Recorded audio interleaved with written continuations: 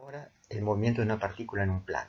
De los infinitos movimientos posibles, nos concentraremos en dos: el llamado tiro parabólico y el movimiento circular. En el tiro parabólico necesitamos, para describirlo, un sistema de coordenadas formado por dos ejes coordenados: el eje X horizontal y el eje Y vertical.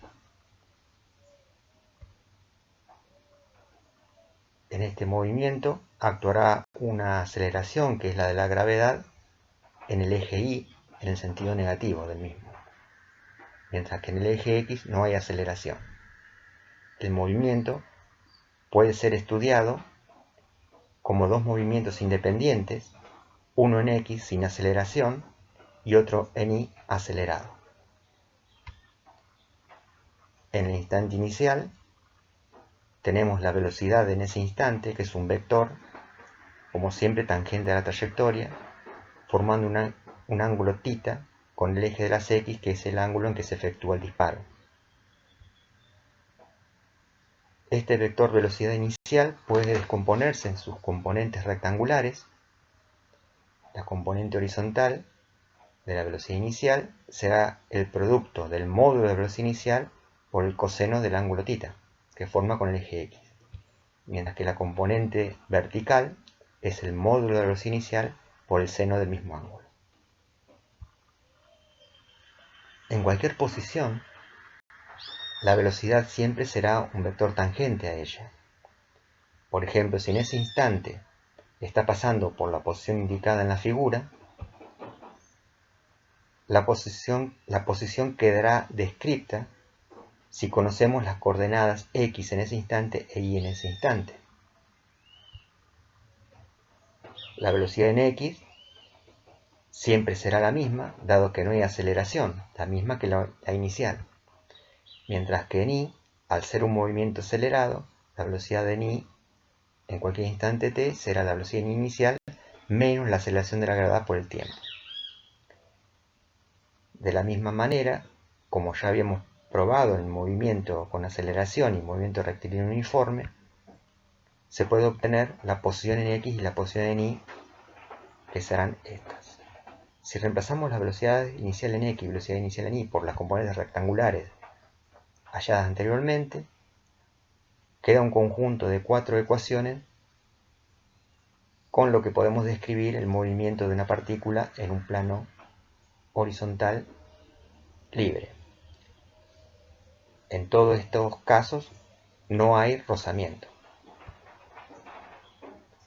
Vamos a llamarle alcance, lo denominaremos con la letra R mayúscula, a la distancia que hay desde el punto de lanzamiento hasta el punto donde nuevamente toca el piso. La altura máxima es una distancia medida en el eje Y, que va desde el punto de lanzamiento hasta el máximo alejamiento del origen.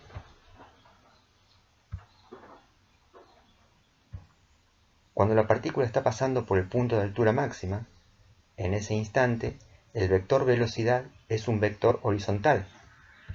Por lo tanto, la componente Y de ese vector será igual a 0. Vamos a llamarle t sub h al instante en que pasa por la altura máxima. Cuando la partícula avanza, posteriormente a ese instante t sub h, comienza a descender. Para t mayor que t sub h, la componente vertical de la velocidad es negativa.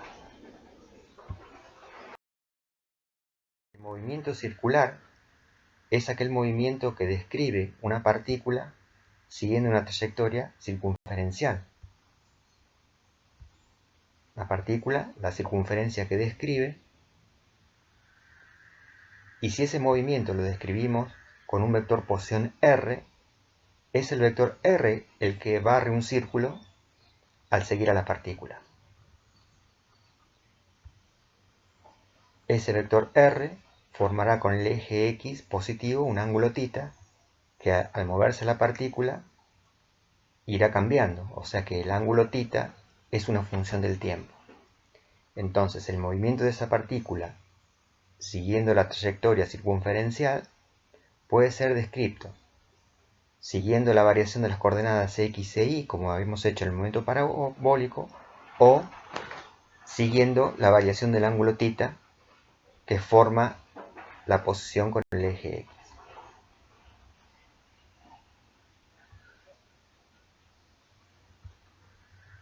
La posición en x en cualquier instante t entonces será igual al producto del módulo del vector posición por el coseno del ángulo θ, mientras que la posición en el eje y será r por seno θ. Como las velocidades instantáneas las definíamos como derivada de la posición respecto al tiempo, podemos hallar la componente x de la velocidad y la componente y de la velocidad derivando.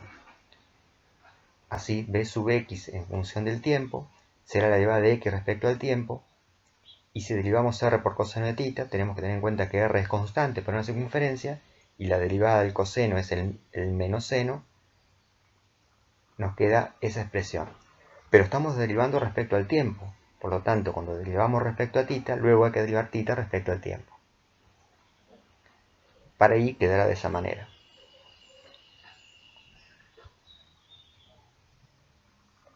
La derivada de θ respecto al tiempo vamos a denominarla rapidez angular.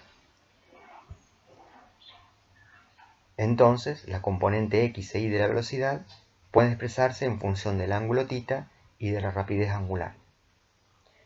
Si elevamos al cuadrado ambos miembros en ambas ecuaciones, luego distribuimos el cuadrado en el producto y sumamos miembro a miembro, se obtiene esta ecuación, donde a la izquierda es el módulo de velocidad al cuadrado, mientras que a la derecha tenemos la rapidez angular al cuadrado por el radio al cuadrado, factor común de lo que está entre paréntesis, seno cuadrado más coseno cuadrado de θ, que sabemos que eso vale 1 para cualquier valor de θ.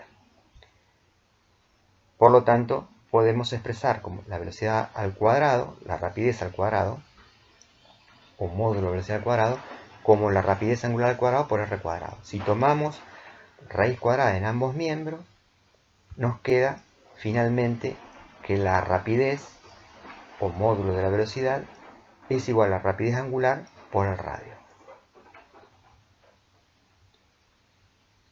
Como la velocidad es un vector, hay una relación también entre el vector velocidad y el vector posición. Pero para eso debemos definir el vector velocidad angular.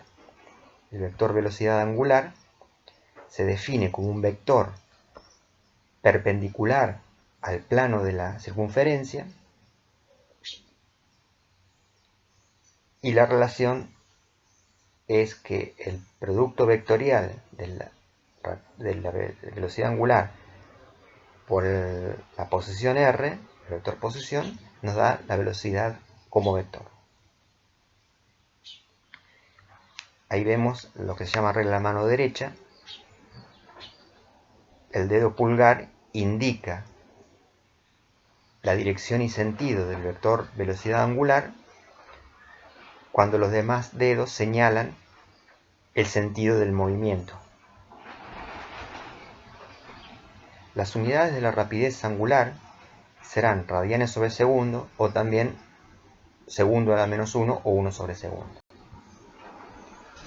Se define como periodo al tiempo que tarda una partícula en efectuar una vuelta completa, y se relaciona con la rapidez angular con esta fórmula. Se llama frecuencia al número de vueltas o ciclos completos que efectúa por unidad de tiempo. La frecuencia se mide en 1 sobre segundo o ciclos sobre segundo, y se relaciona con la rapidez angular con esta fórmula. Si la rapidez angular es variable, podemos hallar entonces la aceleración angular. La aceleración angular será la derivada de la rapidez angular respecto al tiempo. Las unidades de la aceleración angular son radianes sobre segundo cuadrado o 1 sobre segundo cuadrado. antes de obtener la aceleración de una partícula girando en una circunferencia, vamos a hacer un repaso de vectores. Un vector en el plano lo podíamos describir descomponiéndolo en lo que llamamos componentes rectangulares. Por ejemplo, este vector tiene una componente en X de 4 y una componente en Y de 3. El módulo es 5. Y lo podemos describir de esta manera, como un par ordenado, 4 la componente X, 3 la componente Y. Y el módulo es la suma de las componentes al cuadrado y luego la raíz. Si definimos un vector a lo largo del eje X y de módulo 1, vamos a llamarle Y, con un arquito encima, y otro vector que le vamos a llamar J, a lo largo del eje Y de módulo 1 también, vamos a poner un arquito arriba. Estos vectores particulares se denominan versores. Versor significa que tiene módulo 1. Entonces el versor Y será en componentes rectangulares 1, 0. Mientras que J será 0, 1. Entonces cualquier vector del plano se puede obtener con una combinación lineal de estos dos versores. Así, por ejemplo, el vector de componentes 4, 3 se puede escribir como 4 por 1, 0 más 3 por 0, 1.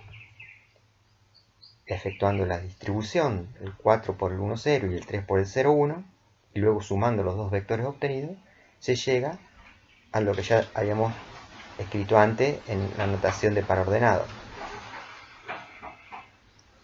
Bien, pero este producto, como el vector 1, 0 es el versor Y y el vector 0, 1 es el versor J, puede ser escrito de esta manera. O sea, B, que en la notación de par ordenado es el vector 4, 3, se puede escribir también como 4i más 3j. En general, si tenemos un vector cuyas componentes son a y b, también se puede escribir como a según i más b según j. En 3 dimensiones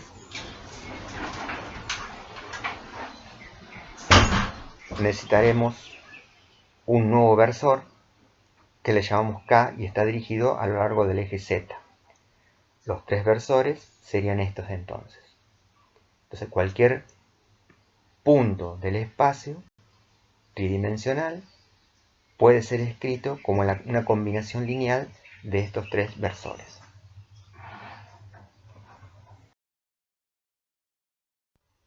Vamos a describir un movimiento curvilíneo general en el plano que efectúa una partícula. Por ejemplo, esta partícula describe la trayectoria indicada en la gráfica. Su velocidad, siempre tangente a la trayectoria, en ese instante tendrá el vector posición r, que formará un ángulo θ con el eje x. El vector r puede obtenerse como una combinación lineal de los versores y y j, pero también de cualquier otro sistema de versores, por ejemplo r y θ. R será un versor que estará en la dirección del vector posición y θ un versor perpendicular al anterior. Cuando la posición de la partícula cambia, el ángulo θ que forma el versor R con el eje X también cambia. Por lo tanto, el versor R es una función del tiempo. Fíjense que R es versor porque si obtenemos el módulo haciendo coseno cuadrado de θ más seno cuadrado de θ y luego sacándole la raíz cuadrada, eso nos da 1. La derivada del vector posición R respecto al tiempo, teniendo en cuenta que θ es función del tiempo, nos queda así. siendo la derivada de θ respecto al tiempo la rapidez angular.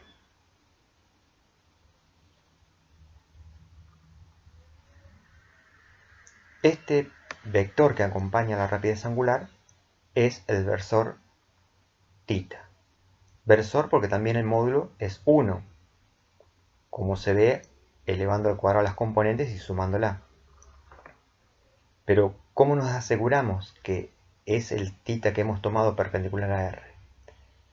Si efectuamos el producto escalar de R, versor, por lo que llamamos versor θ, observamos que nos da 0. Por definición de producto escalar, cuando dos vectores son perpendiculares, el producto da como resultado 0. ¿Qué es lo que nos dio acá? Por lo tanto, R versor y θ versor son vectores o versores perpendiculares. Entonces, la derivada del versor R respecto al tiempo se puede escribir como la rapidez angular por el versor θ. De la misma manera, la derivada del versor θ respecto al tiempo se halla de esta manera y podemos decir que es igual a menos la rapidez angular por el versor R. La posición, o vector posición entonces, puede escribirse de esta manera. El módulo es el módulo del vector posición R y la dirección y sentido está dada por el versor R.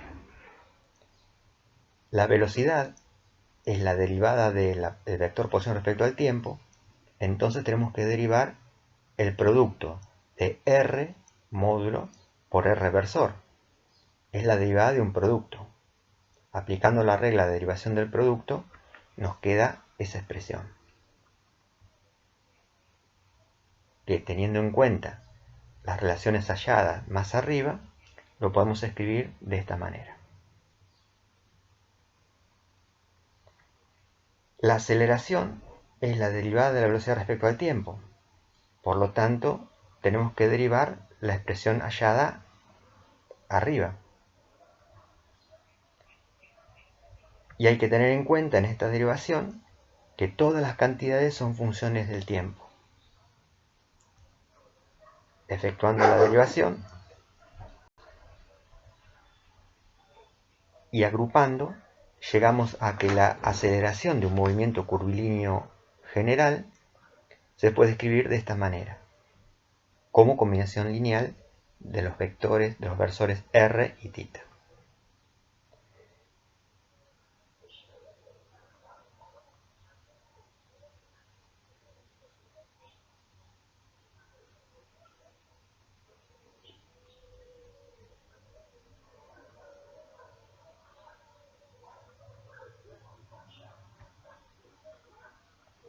En el caso de un movimiento circular, el módulo de R es constante. Por lo tanto, la derivada de R respecto al tiempo es 0 y una nueva derivada también da 0. La derivada primera respecto al tiempo y la derivada segunda respecto al tiempo son 0 porque R es constante. Entonces nos queda, para un movimiento circular, expresada en el sistema de versores R y θ, de esta manera.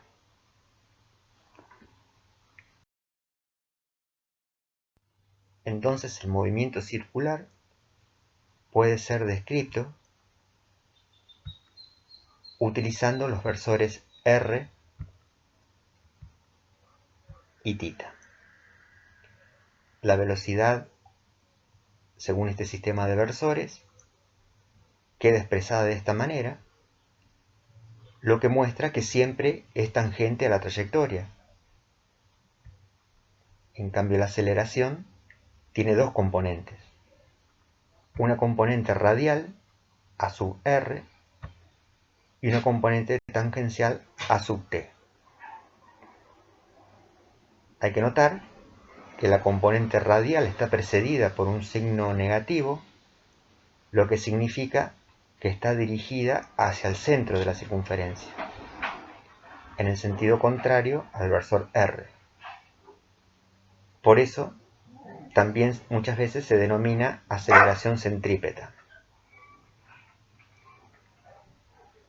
Si consideramos un movimiento con aceleración angular 0, eso significa que la velocidad angular es constante. Supongamos que en este caso, además de constante, es positiva. Entonces la velocidad y la aceleración podrán ser escritas de esa manera. Fíjense que la aceleración tangencial es 0 porque la aceleración angular es 0. Representando gráficamente, tendremos la velocidad tangente a la trayectoria y la aceleración radial hacia adentro. Ahora, si tenemos un movimiento con aceleración angular positiva, y supongamos también rapidez angular positiva, los vectores velocidad y aceleración son estos. La velocidad es tangente a la trayectoria. Si fuera en omega negativo, iría en otro sentido, en sentido contrario al que está dibujado. Pero la aceleración acá tiene dos componentes. La componente radial hacia adentro y además, como alfa es positiva, tiene una componente tangencial en la misma dirección que B. Es decir, que en un movimiento circular podemos tener dos aceleraciones, una radial y una tangencial, que si sumamos nos da la aceleración neta de la partícula.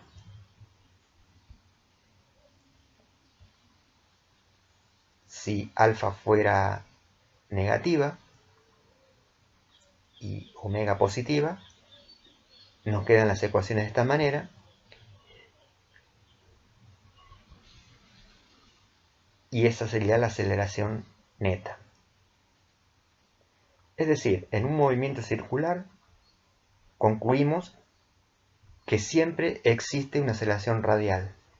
La aceleración tangencial puede existir si alfa es distinta de 0.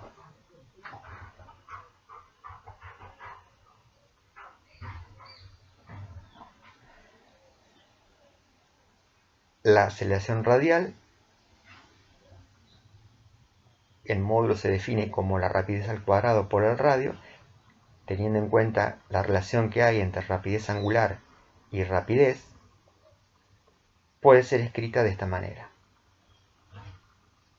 Es decir, se puede escribir tanto como rapidez angular al cuadrado por el radio o también rapidez al cuadrado sobre el radio.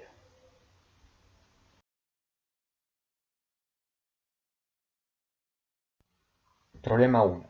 Se lanza un objeto de manera que su velocidad inicial forma con la horizontal un ángulo de 53 grados y se mantiene en el aire durante 1,96 segundos. Hallar a. La rapidez inicial del disparo, b. La altura máxima que alcanza y c. El alcance. Para el inciso A,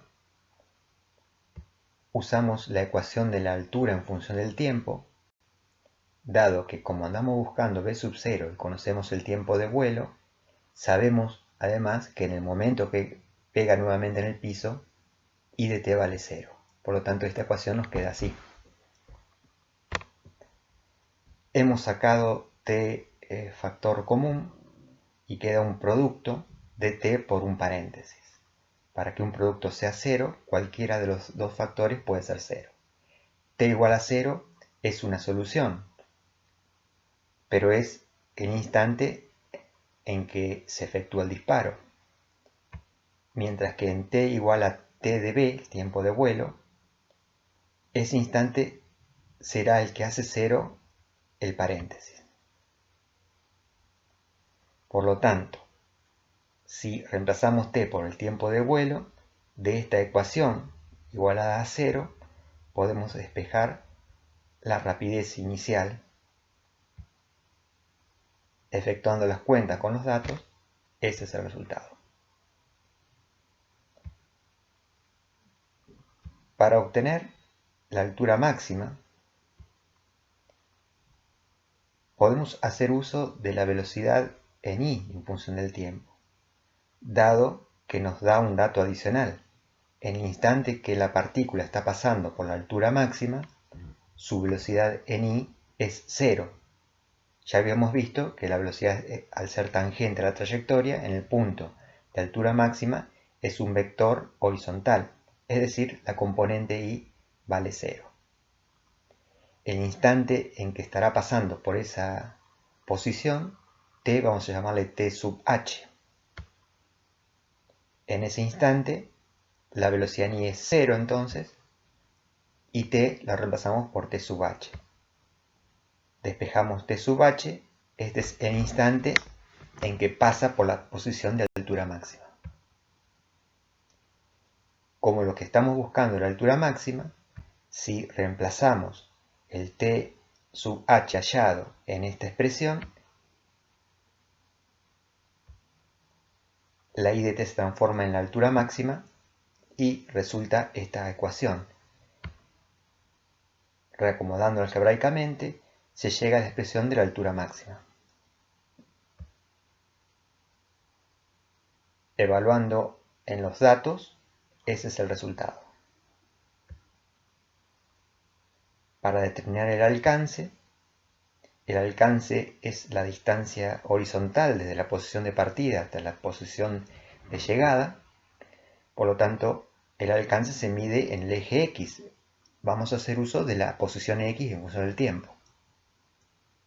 B sub 0 la tenemos, el ángulo también era dato, y el t puede ser cualquiera, pero en el instante que alcanza el alcance máximo, t es igual a t sub b, que también era conocido. Por lo tanto, si reemplazamos la expresión de t sub b en la expresión de r, se obtiene una ecuación para el alcance. Evaluando en los datos, ese es el alcance pedido. Problema 2. Conforme un barco se acerca al muelle de 45 centímetros sobre segundo, es necesario lanzar hacia el barco una pieza importante para que pueda atracar. El equipo se lanza a 15 metros sobre segundo con un ángulo de 60 grados por encima del horizontal, desde lo alto de una torre en la orilla del agua, 8,75 metros por encima de la cubierta del barco. Para que el equipo caiga justo enfrente del barco, ¿a qué distancia d del muelle deberá estar el barco cuando se lance el equipo? Se desprecia la resistencia del aire. En primer lugar, entonces, hay que elegir un sistema de coordenadas, X e Y en este caso, porque el movimiento de uno de los objetos es en el plano, y las ecuaciones para el movimiento tanto del objeto como del barco son las siguientes. Para el objeto, que le llamamos A, tendrá una posición en X y una posición en Y. En la posición en Y hemos tomado la posición inicial en Y A como H, el punto de donde es arrojado. Para el objeto B, que sería el barco, la posición solamente interesa en X, ya que este se mueve en X. La posición inicial en X es D, que es lo que tenemos que averiguar, y la velocidad del barco, como está dirigida a lo largo del eje X en sentido negativo, le ponemos un signo menos adelante. En el instante que el objeto cae en el punto B, su altura I sub A de t es igual a 0. Por lo tanto, de esa ecuación, que es una ecuación cuadrática, podemos obtener el tiempo de vuelo, es decir, el tiempo que tarda el objeto en ir desde A hasta B. Resolviendo esa ecuación cuadrática, se obtienen estos dos valores. Pero de los dos, el que tiene interés físico o significado físico es el valor positivo. Entonces, esta es la solución de la ecuación que nos interesa. Y nos da el tiempo que tarda, entonces, el objeto para ir desde A hasta B. En ese momento, cuando el objeto cae en la proa del barco, la posición en X de ambos cuerpos, el objeto que se arroja y el barco, es la misma. en el instante t sub b. Entonces, igualando los segundos miembros, es posible despejar la distancia d que andamos buscando. Esa distancia d queda en función del tiempo de vuelo que fue hallado anteriormente y se llega entonces a esta expresión. Esa sería la expresión que nos da la solución del problema. Reemplazando en los datos se obtiene una distancia de 25,5 metros. La rueda de la figura, que gira en sentido antihorario, se acaba de poner en movimiento. En un instante dado, un pasajero en el borde de la rueda, que está pasando por el punto más bajo de su movimiento circular, tiene una rapidez de 3 metros sobre segundo, la cual está aumentando a razón de 0,5 metros sobre segundo cuadrado. A. Calcular la magnitud y la dirección de la aceleración del pasajero en este instante. B. Dibujar la rueda de la fortuna y el pasajero mostrando sus vectores de velocidad y aceleración. C. Si la rueda partió del reposo con esa aceleración tangencial constante, ¿qué ángulo habrá girado el pasajero hasta el instante en que pasa por esta posición? Inciso A. Esos son los datos del problema. La aceleración tangencial, 0,5 metros sobre segundo cuadrado. ¿Por qué digo que esa es la aceleración tangencial? Porque es la que hace aumentar la rapidez. Fíjense, en el enunciado dice que esa velocidad de 3 metros sobre segundo cuadrado aumenta a razón de 0,5 metros sobre segundo cuadrado. Por lo tanto, la aceleración tangencial aumenta la rapidez o el módulo de la velocidad. En el instante que el pasajero está pasando por la posición más baja, tiene una rapidez de 3 metros sobre segundo. Y entonces nos falta hallar la aceleración radial que está presente en todo movimiento circular. Y se puede escribir como omega cuadrado por r o b cuadrado sobre r, que según los datos del problema será como la calcularemos, como b cuadrado sobre r. Efectuando los cálculos nos da entonces un vector aceleración que, como justo en esa posición la aceleración tangencial está en x y la aceleración radial en y, será ese vector. Pide la magnitud y la aceleración. La magnitud es el módulo del vector. Entonces, efectuando el módulo, da eso. Y para sacar la dirección, vamos a dar la dirección como el ángulo que forma la aceleración neta con el eje X. Entonces, si representamos un esquema con las aceleraciones, tenemos la aceleración tangencial, en este caso horizontal, la radial vertical, y φ será el ángulo entre la aceleración neta y la aceleración tangencial. Según la trigonometría, la tangente de φ es el opuesto sobre el adyacente, en este caso será el módulo de aceleración radial sobre el módulo de aceleración tangencial. De ahí podemos despejar φ entonces y finalmente hacer las cuentas.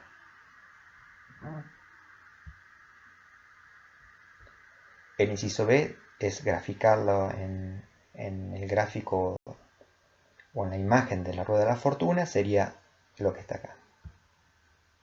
Y el inciso C dice que calculemos el ángulo girado desde que se puso en movimiento si partió del reposo. Bueno, la rapidez será igual a la aceleración tangencial por el tiempo. Entonces el tiempo que transcurrió desde que se puso en movimiento hasta que pasó por la posición más baja es S. Bien, aquí aparece una ecuación conocida para el movimiento en una dimensión, el eje X. Lo que tenemos que usar acá es el ángulo girado. La ecuación cinemática del movimiento puede describirse angularmente con variables angulares, cambiando posición en t por posición angular en t, lo mismo para la posición inicial. La velocidad o rapidez inicial lo podemos cambiar por la rapidez angular inicial y la aceleración a por la aceleración angular alfa. O sea, hemos cambiado las variables lineales por variables angulares.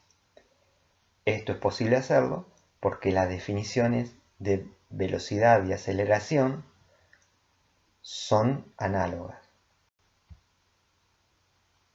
Para nuestro caso, la velocidad angular o rapidez angular inicial es 0. Si ponemos como posición angular 0 donde estaba inicialmente el pasajero, el ángulo girado en función del tiempo será escrito así. La aceleración angular alfa se relaciona con la aceleración tangencial de esta manera. Alfa es la aceleración tangencial sobre el radio, por lo tanto es posible hacer las cuentas y llegar al resultado final del ángulo girado desde que comenzó el movimiento de la rueda.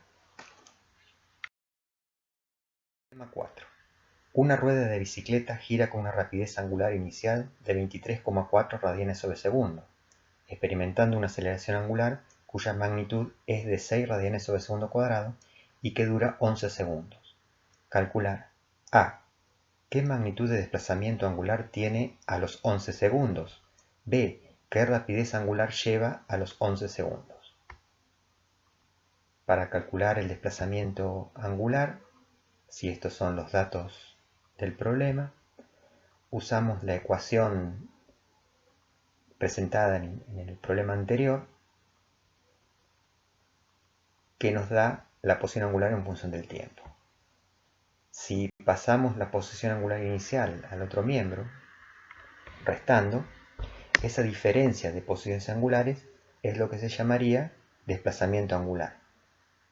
Pide el desplazamiento angular a los 11 segundos, por lo tanto, si reemplazamos la t por 11, se obtiene el desplazamiento angular en radianes.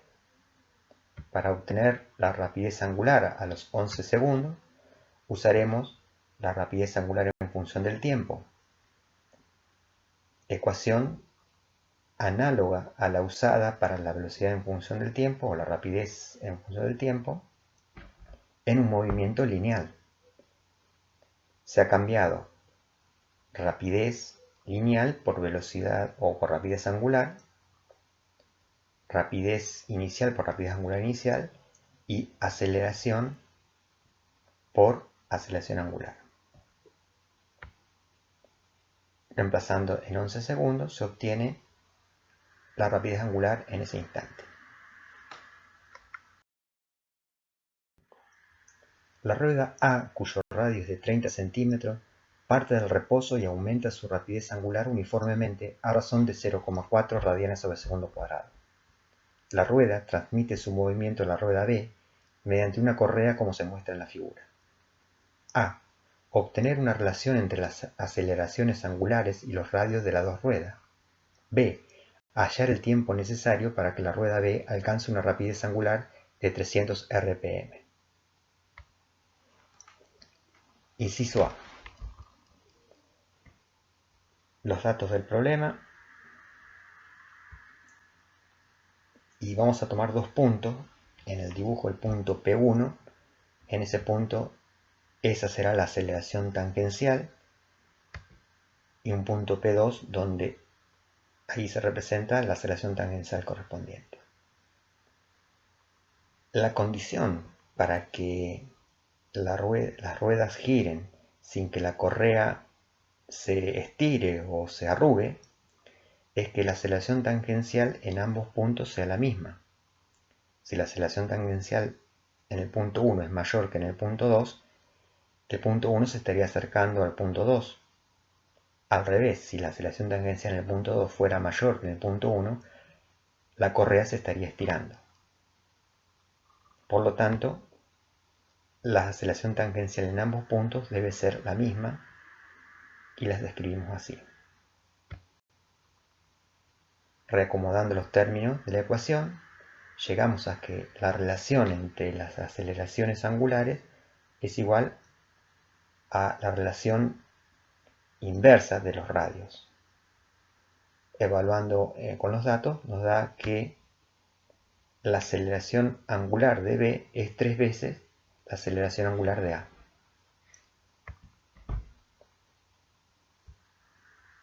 Bueno, para determinar el tiempo que necesita para que la rueda B alcance los 300 RPM, hay que tener en cuenta que RPM no es la velocidad angular expresada en las unidades que habíamos visto, en radianes sobre segundo. Entonces el primer paso es convertir los 300 RPM a radianes sobre segundo. RPM significa revoluciones por minuto, o sea, revolución cada minuto. 300 revoluciones cada minuto. Vamos a aplicar la regla de los factores equivalente. Primero tenemos en cuenta que una revolución significa una vuelta completa, y una vuelta completa expresada en radianes son 2pi radianes. Luego, un minuto equivale a 60 segundos.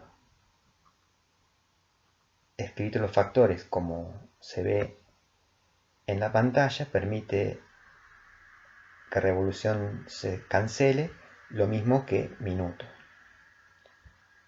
Quedando entonces el resultado final de 10pi radianes sobre segundo como la rapidez angular que alcanza la rueda B y para la cual necesitamos calcular el tiempo que transcurrió. La rapidez angular en función del tiempo, como la rapidez angular inicial es 0, porque dice que parte del reposo, quedaría de esta manera. Por lo tanto, despejando el tiempo y efectuando las cuentas, se llega a este resultado. Ahora un desafío para aquellos que quieran pensarlo en su casa.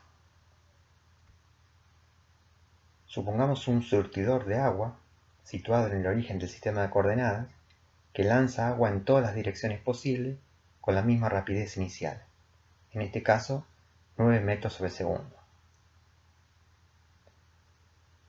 La gráfica de todos los chorros que salen de ese surtidor es la que se ve, y también se ve que queda determinada una curva que separa dos regiones.